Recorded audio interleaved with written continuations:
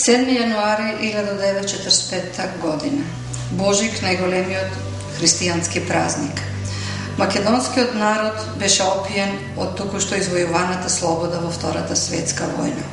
Денот беше можеби обичен како и сите други зимски денови во таа година, но во офицерскиот дом се случуваше еден голем настан за македонската младина. Се одржуваше вториот конгрес на Народно-ослободелниот сојуз на младината на Македонија, конгрес на кој присуствуваа 2000 делегати.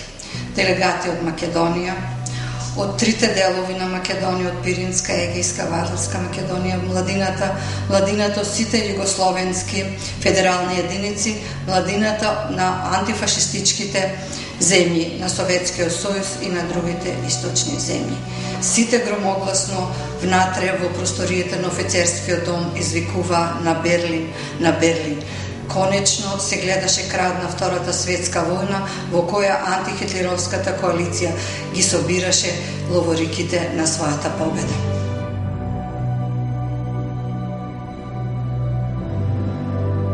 Пред македонската младина беа поставени клучните задачи: обнова и изградба на разорнатата земја, учество во земјоделските и другите стопански работи, организирање акции за описменување, за подигање на општо културното и просветното ниво на народот и така натаму. Истовремено во еуфоријата на скованото братство и единство со југословенските народи и интернационалистичка слога со целата антифашистичка младина, се нагласуваше големиот долг на македонската младина кон татковината Југославија.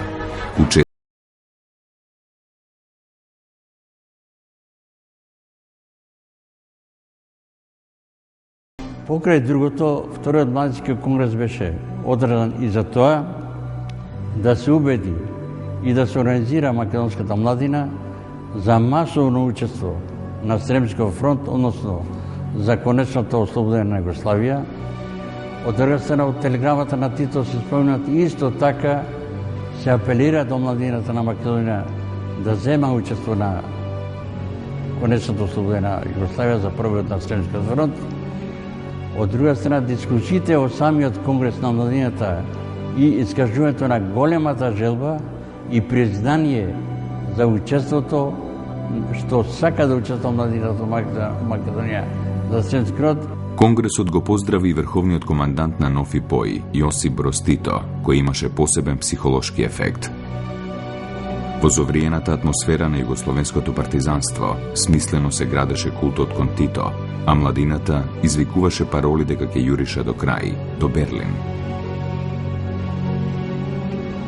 Навидум секи беше во тој свечен чин и во тоа громогласно одвикување на Берлин, доколку горе на Скопското кале не се вознемирија духовите на македонските војници, на македонската војска, на луѓето кои 4 години во таа борба се надева дека конечно ќе дојде обединувањето на македонскиот народ.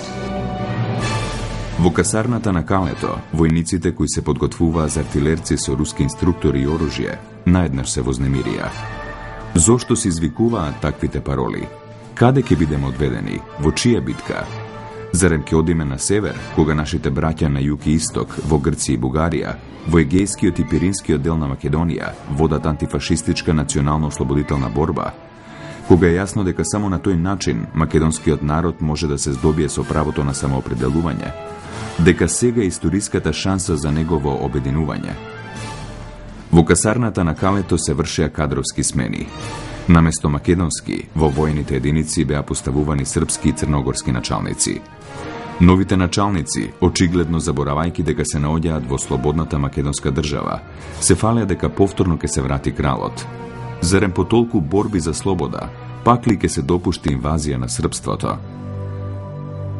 Мојот татко беше учесник во Народно-ослободителната војна и по-конкретно во настаните околу Скопското кале, односно така наречениот бунт на македонските артилериски бригади во Скопје на Божик 1945 година.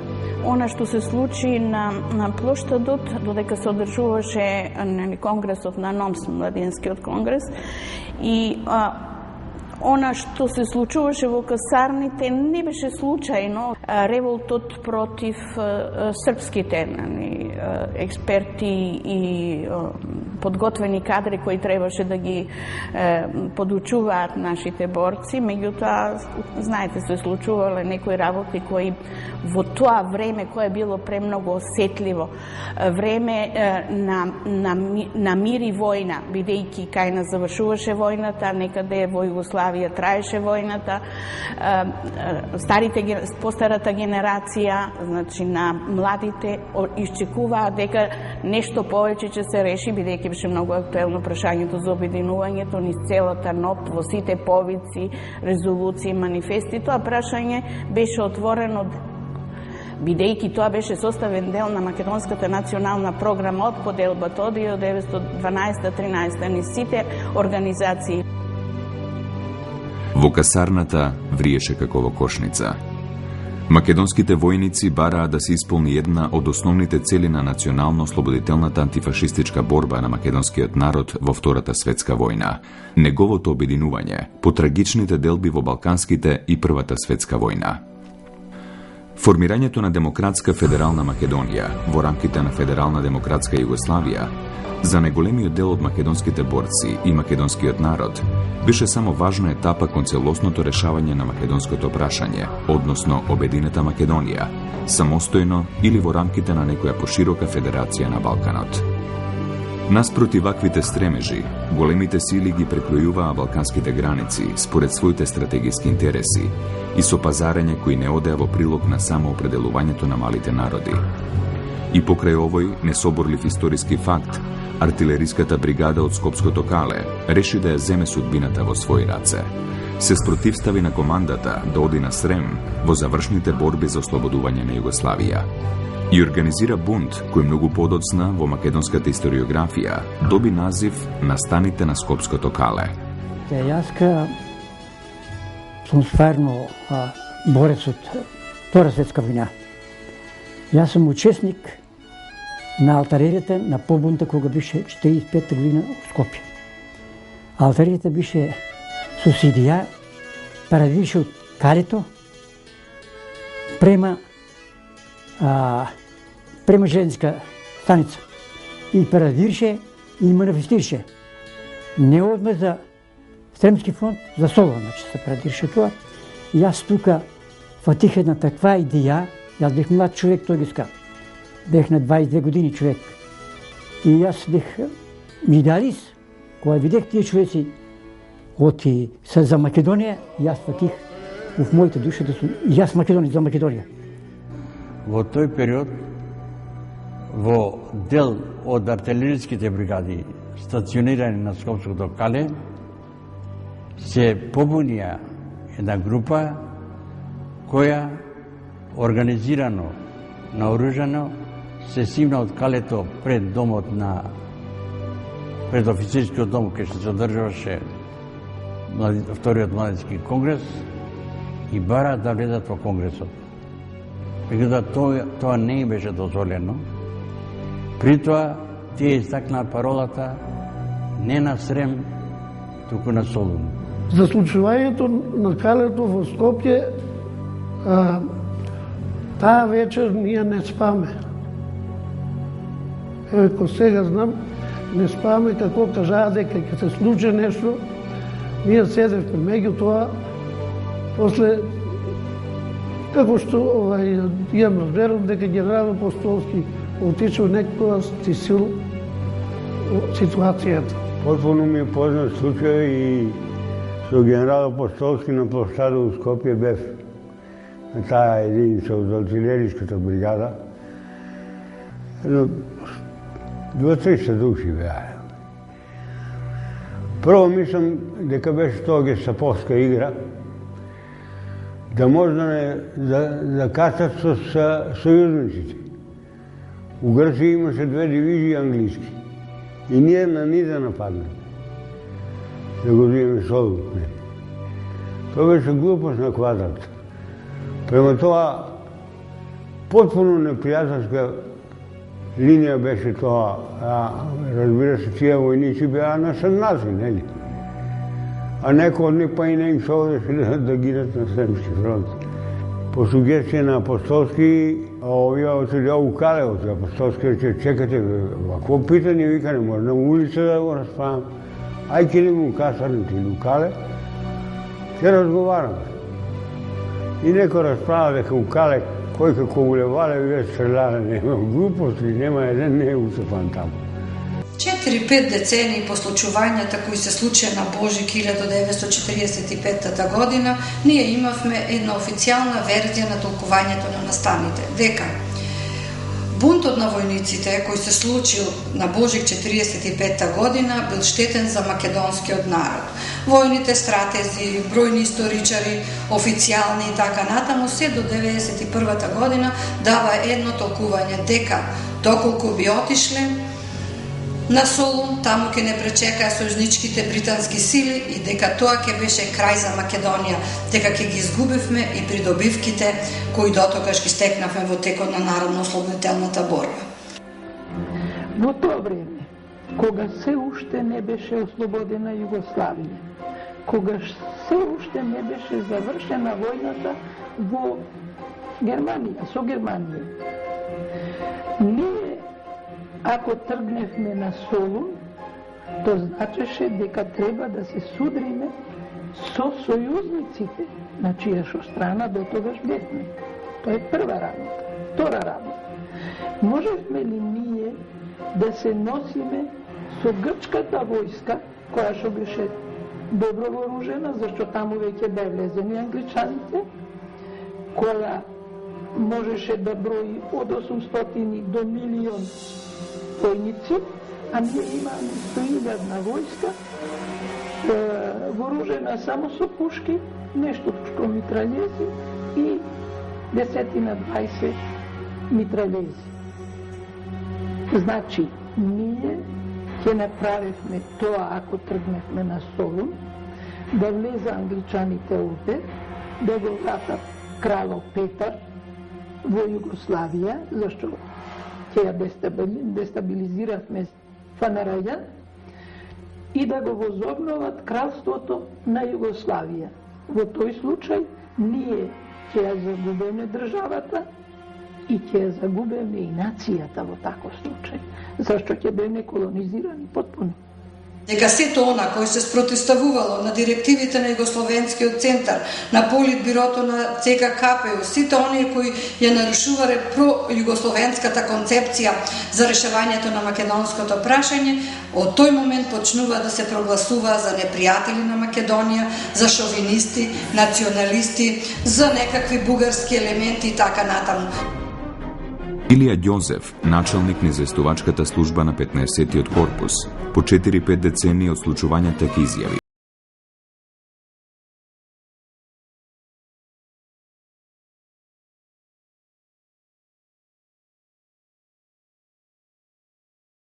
Голем број видни патриоти. Не била опфатена само артилериската бригада на Кале, тука бил организиран и штипскиот гарнизон. Во една касарна имало и човечки жртви.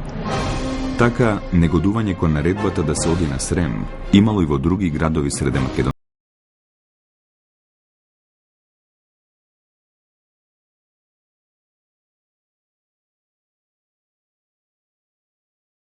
И во Базерник и во околината се јави отпор кај мобилизираните младенци за војска да одат на Срем. Тамошните позадинци открија дека Јасум ја раширил таа идеја.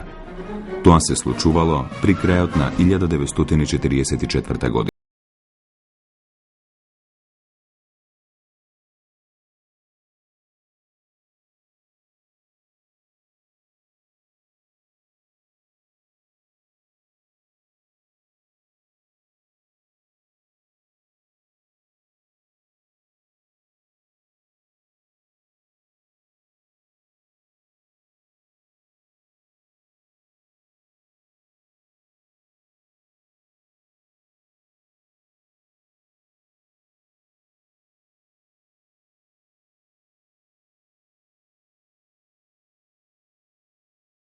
Се упатуваат кон плоштадот. Громогласно одекнувало: Солун, Солун, не ќеме на Берлин, сакаме на Солун. Заедно со топотот на цокулите се слушале песните "Напред браќа македонци" во борба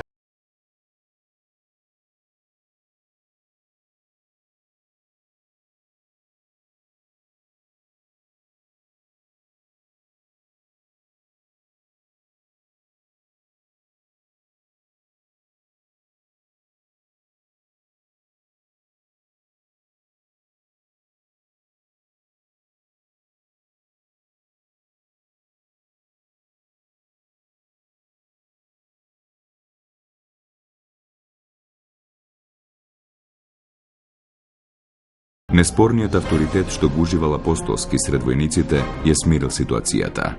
Тој мирно ги вратил бунтовниците во касарната на Скопското кале. А вештина е командување управо у томе да ти успиеш да и од слабих војника, необучених војника, да створиш добре војнике, да од необучени команданата створиш добре команданте.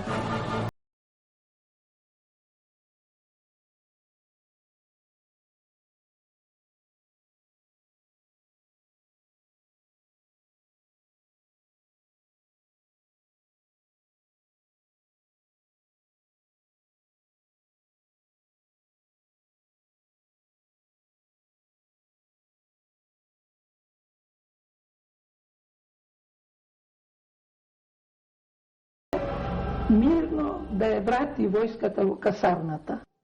Во однос на настаните на Скопското кале, кои ги опишуваат Светозар Вукмановиќ Темпо и Лазар Колишевски во разговарите со Клјакиќ, има известни неусогласености и во датумите, и во смирувањето на настаните и така натаму, но индикативно е оценката на Светозар Вукмановиќ Темпо, каде тој ги омаловажува овие македонски борци, сметајќи ги јас вика дојдов следниот ден на 8 јануари, дошол во Скопската касарна, вика јас ги построев и му одржав еден строг говор, како не ви е страм, виков ја видов војската распашана, растурена и така натаму, дава една слика на војна недисциплина, на една, дека тие борци биле туги елементи, нека не знаеле што сакаат, па вика вие цел живот во војната не испукавте ни еден куршум, а сега ете наедна станавте големи македонци, па барате и се спротиставувате на наредбите на военото раководство.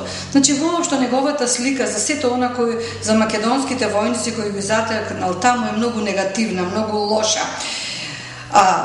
Додека се земат, мислам претходно, ако ги земите разговорите на Апостолски кој ги дава интервјуата негови и така натаму, ќе се види дека се работело за војници кои извонредно брзо ги совладувале воените вештини, кои биле добри и дисциплинирани војници во таа воената обука која се спроведувала Скопското кале, така што не држат тие оценки. Исто така, кога ќе се споредат оценките на Темпо со оценките на Петро Трајков, полковникот од Егејска Македонија по потекло, кој исто така еден голем македонски патриот, кој заедно со македонските доброволци ја предводел, бил командант на бригадата Гоце Делчев која доаѓа во Македонија, неговата слика е сосем поинаква.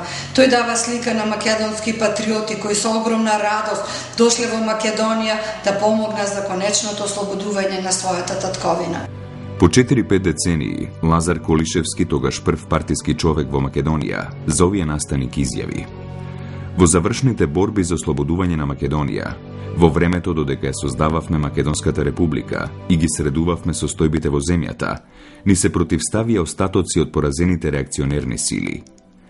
Логичен израз на политичката битка и победата на линијата на Комунистичката партија на Југославија беше формирањето на Централниот комитет на Комунистичката партија на Македонија, која што на својата прва седница можеше да донесе одлуки за натамошниот разговор на востанието.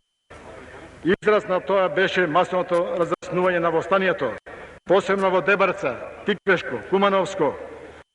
Населението во пролетта на 1943 година масовно се крена во борба против окупаторот.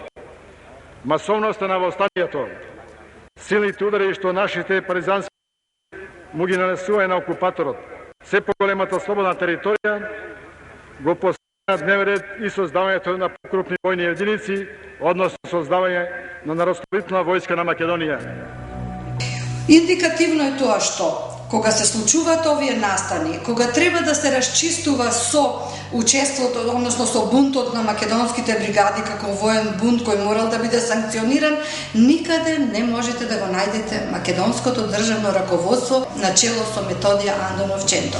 Секаде се јавува Лазар Колишевски, партискиот секретар, значи политичкиот секретар на КПМ, расчистив со ова, превзедов ова направивме во Касарната, организиравме наши лојални луѓе за во Касарната, во Штип, каде кажува и така натаму. Го нема Ченто, го нема Кирил Петрушев, повереникот за внатрешни работи. Никаде го нема државното раководство. Тоа е потиснато на сметка на корпусот на одбраната, односно на сметка на ОЗНА и на партиското раководство. Значи, директно со овие настани расчистува партискиот секретар, а не државниот, односно раководител на македонската држава, и тоа може да се види ни сите. И многу интересни е тоа во книгата која Клјакиче пишува за Колишевски, во разговорите со Колишевски, секаде Колишевски станува: јас направив ова, јас презедов ова, јас расчистив со ова, веднаш проведовме телеграмата на Тито за да се расчисти со учесниците во бунтот и така натаму. Значи партијата со ОЗНА во спрега се создава една партиско-полициска држава која расчистува со настаните и односно со учесниците на Скопското кале. Но генерал полковникот Тодор Атанасовски на прашањето Солун или Срем, меѓу другото ке каже: тогаш во тоа време Господ да не му даде кој не сакал Македонија да биде цела. Но знаете што ќе се случеше ако тргневме на Солун? Тогаш ќе изгубевме Македонија. Војнички сосема ќе изгубевме Македонија. Знаете ли тогаш какви се договори не беа направени меѓу сојузниците? Ние не можевме да ја задржиме сојузничката војска на границата, а ќе ги упропастевме и тие придобивки што веќе ги имавме. Редакторите на објавените документи на станите на Скопското кале во предговорот се децидни дека немирите се тесно поврзани со прашањето за целосно обединување на Македонија. Меѓутоа се согласуваат со оценките на Апостолски и Атанасовски дека тешко можеле да се спротивстават на британскиот интерес во Грција, зацврстен со договорот во Москва меѓу Черчил и Сталин во октомври 1944 година. Сојузното војно-политичко раководство било крајно вознемирено од случувањата во Македонија. Јосип Броз Тито веќе претходно бил предупреден од представниците на британската мисија во Македонија да не дозволува ширење на идеи и акции кои ќе го загрозат британскиот интерес во Грција. Со други зборови, биле вознемирени од барањата на македонската војска, на македонското државно раководство и на македонскиот народ за обединување на Македонија. На големиот митинг на плоштадот во Скопје, на 10 јануари, командантот на Генералштабот на Народно-ослободителната војска на Македонија, Михаил Апостолски, соопштува дека 15-тиот корпус на македонската војска ќе се бори за уништување на фашистичките сили во Југославија, во Берлин да го постават знамето на Југославија. Добихме наредба од врховниот командант да комесарот на главниот штаб и јас отидеме во Белград да реферираме за положбата во ситуација и за проблеми кои постојат по ослободувањето на Македонија. После реферирањето кое го кај другарот Тито во Белград, тој ја разгледа и ја објасни целата положба на фронтовето или на фронтот во Југославија и ни даде налог да ние во Македонија подготвиме еден корпус од 2 дивизии. Тој веднаш посебно нагласи да бројното стање на дивизиите треба да биде приближно на бројното стање на дивизии од Втората светска војна што ги имаа сојузниците. Тоа значи дивизиите да броја околу 10.000 души. Ние таа команда или таа наредба ја примихме, морам да кажам, и денеска после 30 години со се многу големо задоволство, зашто видехме со тоа ќе можат македонците да го дадат својот прилог до конечното ослободување на Југославија. Но пуштане стивнатите превирања и гонењата на побунетите во Скопје, на 14 јануари дошло до побуна на еден батаљон на 20-та бригада од 50-та дивизија од гарнизонот во Штип, кога се дознало за наредбата за заминување на бригадата од Штип кон Куманово и натаму на фронтот во Србија. Под паролата на Солун, побунетите војници побарале продолжување на војната за ослободување и обединување на Пиринскиот и Приморскиот дел од Македонија. Имено во старата касарна во Штип се побунила бригадата. Војниците излегле надвор во кругот на касарната, извикувајќи: "Не сакаме на Сремскиот фронт, сакаме на Солун." При тоа Велико Лишевски ги мобилизиравме сите членови на партијата и на Ској во градот. Во Општинскиот комитет на Сојузот на комунисти, тогаш секретар беше Ангел Чемерски. Таа ноќ, за последен пат, во кругот на касарната на побунетата бригада, упативме луѓе активисти да се обидат да ги смират војниците.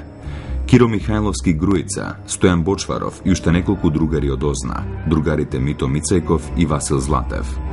Јас бев во кругот на касарната. Излеговме пред бунтовниците. Се обидовме да ги смириме, но една група војници не сакаше да слуша. Членовите на мисиите веднаш ја известуваат својата централа во Белград, шефот на мисиите Фицрой Меклин, во кој што го известуваат дека во Македонија се настанува бунтување поради тоа што одредени единици не сакат да одат на Срем, туку сакат да одат на Солун. Позната е со побуната на војниците на Калето и во Штип, во кој што реагира високополитичкото и војното раководство на Нов ИПОМ на Македонија со цел да го спречи тоа да земе поголеми размери. Меѓутоа мора да се има во предвид дека во позадината на сето тоа стојат исто така и извештаите на британците кои што со своите известувања во суштина настојуваат да го мотивираат Тито да преземе мерки во однос на идејата да се оди на Солун. Во ноември месец се повлекуваат германските сили од Грција, што значи во Грција нема германци, Грција е ослободена од германците, доминантна воена сила во Грција се силите на Елас. А во тој период треба да се има во предвид дека Грција е членка на антихитлеровската коалиција и дека ако дојдеше до некој судир меѓу македонските партизани и единиците на Елас или националната армија во Грција, можеше да настане меѓународен судир во рамките на самата антихитлеровска коалиција. За бунтот на војниците во Македонија веднаш бил известен Централниот комитет на Комунистичката партија на Југославија, кој реагирал со барање демонстрантите да се разоружаат и да се пратат на присилна работа од еден месец. Сите организатори да се уапсат, да се спроведе истрага и да се изведат пред воен суд. Колишевски ги презел директно работите во своји раце. Сите раководители и организатори на демонстрацијата биле ставени под истрага на Озна, а потоа предадени на војниот суд. Особено е трагичен настанот на безмилосното каменување на тројцата млади војници во Штипската касарна од ноември 1945 година. Извештајот на Вера Ацева, која неколку дена по немилиот настан пристигнала во Штип, дава извонредно автентичен опис на атмосферата на предизвикување хистерија за линч. Еден другар ми кажа дека во црквата Свето Благовештение се собрани мајките на паднатите борци. Тргнав да појдам да се видам со тие мајки. Патем размислував како ќе ме прима мајките, бидејќи месниот комитет на чие што чело јас стоев, на многу од нив им ги собравме децата уште 41 година и ги испративме во партизани. Сега јас се враќам жива, а нивните деца остана на бојното поле. Нашата борба беше кристално чиста, како солза чиста. Во Македонија управо не успеа да бида изедени децата на револуцијата. Немаше убивања, мислам. Али затоа имаше отстранување.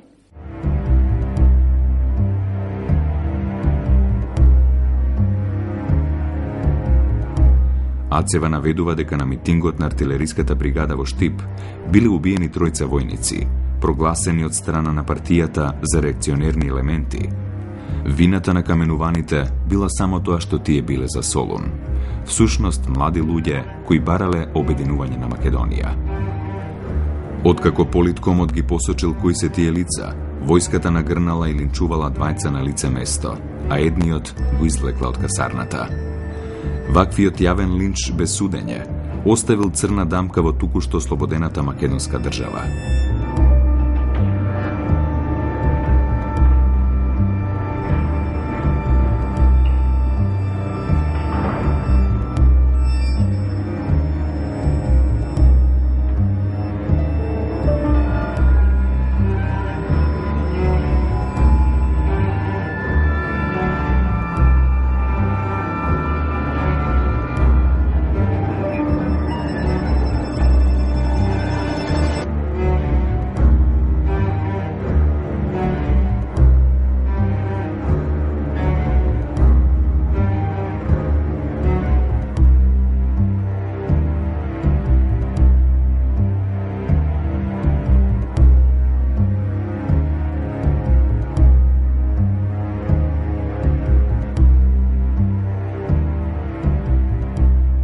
Според повеќето сведоштва, побунетите единици набргу биле разоружани, а главните учесници задржани во истражниот затвор до одржувањето на главниот претрес на 27, 28 и 29 април 1945 година. Иако првиот претрес, се уште недоволно подготвен, бил одржан веднаш на 29 јануари. Пред воениот суд на Скопската војна област биле изведени 39 лица поради организирање и учество во отворен бунт против установениот ред поредок на Народно-слободителната војска на Југославија. За кривична одговорност беа земани истакнуваните пароли против одењето на Берлин, а за Солун, квалификувани како предавство на народните интереси на самата борба. Обвинетите организатори, потикнувачи и непосредните учесници, војниот суд на тајно судење ги прогласи за виновни и осуди 34 лица. 12 лица на смрт со стрелање, 13 лица на долгогодишни затворски казни, а 5 лица беа ослободени од обвинението. Војниот суд при Штипската војна зона изрече смртни пресуди на 6 лица кои беа извршени.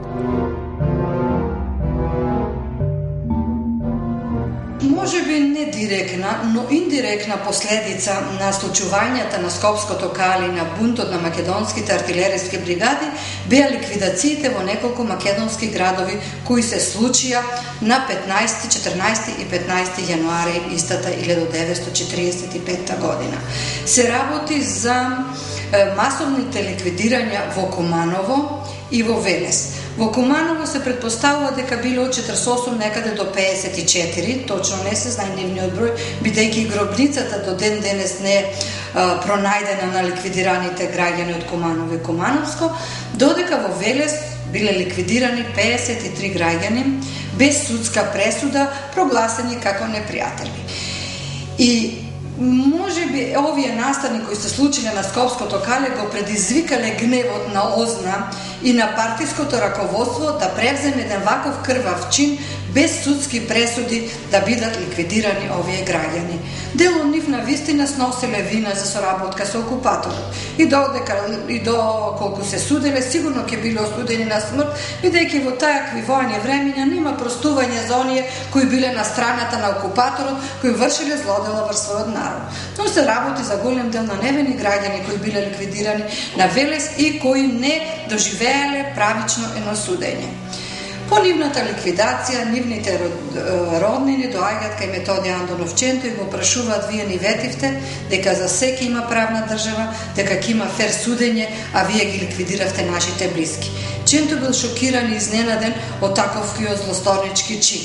Тој кажува дека отишол да се пожали кај Лазо Колишевски и Колишевски само му одговори: знаеш, што е така по сугестија на Кардель, партијата се сложува да биде ликвидирани, а Ченто бил згрозен од таков злосторнички чин, бидејќи вика уште поголем е злостор некого да го убиете без да му дадете шанса за праведно судење.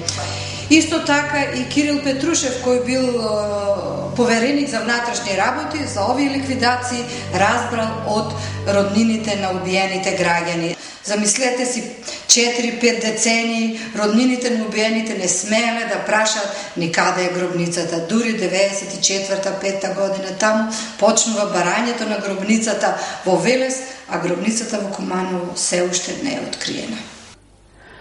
Јас колку знам, овој случај во Велес и еден во Куманово имаше тако случај, стрелани луѓе. После ослободувањето тоа се случи и без друго тоа треба да се расчисти до крај. Меѓутоа, морам да кажам дека уште тогаш беше осудено таквиот начин на стрелање, затоа што тие луѓе не бе судени. Тие луѓе не морало да биде осудени сите на смрт. Некои ќе биле осудени, ако биле сите непријатели, на одреден рок во затвор, а не да биде стрелани. Ликвидираните граѓани биле од различни социјални средини, со различна улога во предвојниот и војниот период. Интелектуалци, членови на ММТРО, на ВМРО, селани, контрачетници, соработници на окупаторот, патриоти, иматели на собственост и така натаму. Истовремено со овие ликвидации, екипи на ОЗНА требало да извршат масовни убиства на затворените граѓани во повеќе градови на Демократска федеративна Македонија. За среќа тоа било спречено, а затворениците били изведени пред суд, иако и судовите суделе по партиска директива, а не според кривично дело.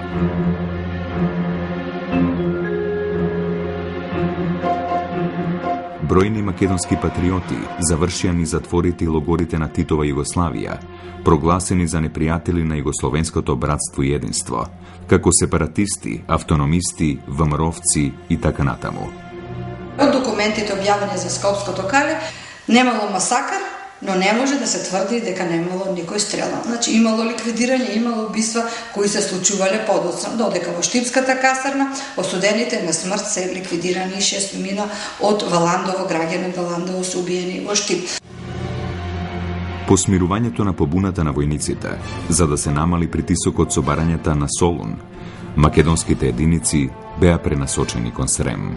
Македонскиот народ, во залог на нова Југославија, требаше да даде жртви за незиното ослободување и на тој начин да го зајакнува братството и единството со југословенските народи. Веќе на 10 јануари, врховниот командант издава наредба за префрлање на 15-тиот македонски народно-ослободителен ударен корпус на Сремскиот фронт под паролата на Берлин. Индикативно е тоа што дел од македонските војници кои биле одведувани на Стрем, некаде кај Врање ги натерале да го остават оружјето. Кога стигнале на Стрем, се јавил еден од командантите, вика брзо, германците стигнаа кај Стремска Митровица, треба веднаш да влезе да се борите. И тогаш излегол Илија Ѓозеф, рекол, но ние немаме оружје. Како, вика, зар вие сте малумни, како сте дошле до тука без оружје? Вика, оружјето не натера, за тоа ќе го прашате другарот Темпо. Оружјето го ставивме во Врање. Значи, тоа е една таква епизода која зборува дека се така не било фино, немало стрелање, легално биле судени, пат помилувани така натаму. Да, биле тие помилувани, но не знаеме за другите жртви кои навистина биле паднале како последица од случувањето на Скопското кале.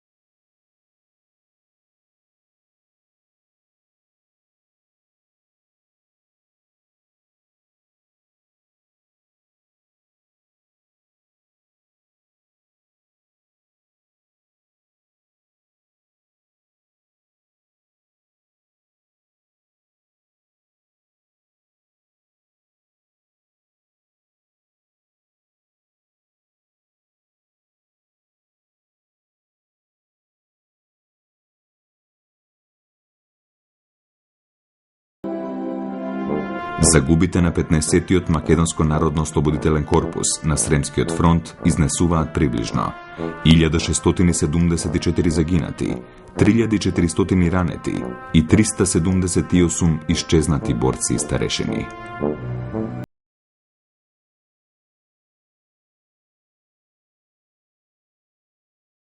Посебно сакам да нагласам дека настаните на Скопското кале како чин кој беше припишуван на одредени туги шовинистички елементи кои сака да го нарушат југословенското братство, единство и така натаму и кои сака да ја рушат Титова Југославија, од еднешен аспект сосема не држат, бидејќи Југославија е 20 години веќе една историска творба која не постои, ја нема. Време е веќе да се симне таа гнасна оценка и етикетирање на овие луѓе дека биле туги пробугарски елементи. Колку нивниот идеал за обединета Македонија да бил нереален во целите тие услови, колку тие да јуришеле некаде во ветрот и така натаму, сепак овие настани мора да се оценат како еден патриотски чин на македонците кои во најневозможни ситуации не сакале да се откажат од својот национален идеал, а тоа било обединувањето на Македонија. За тоа обединување и за таа Македонија гинеле бројни синови на овој народ.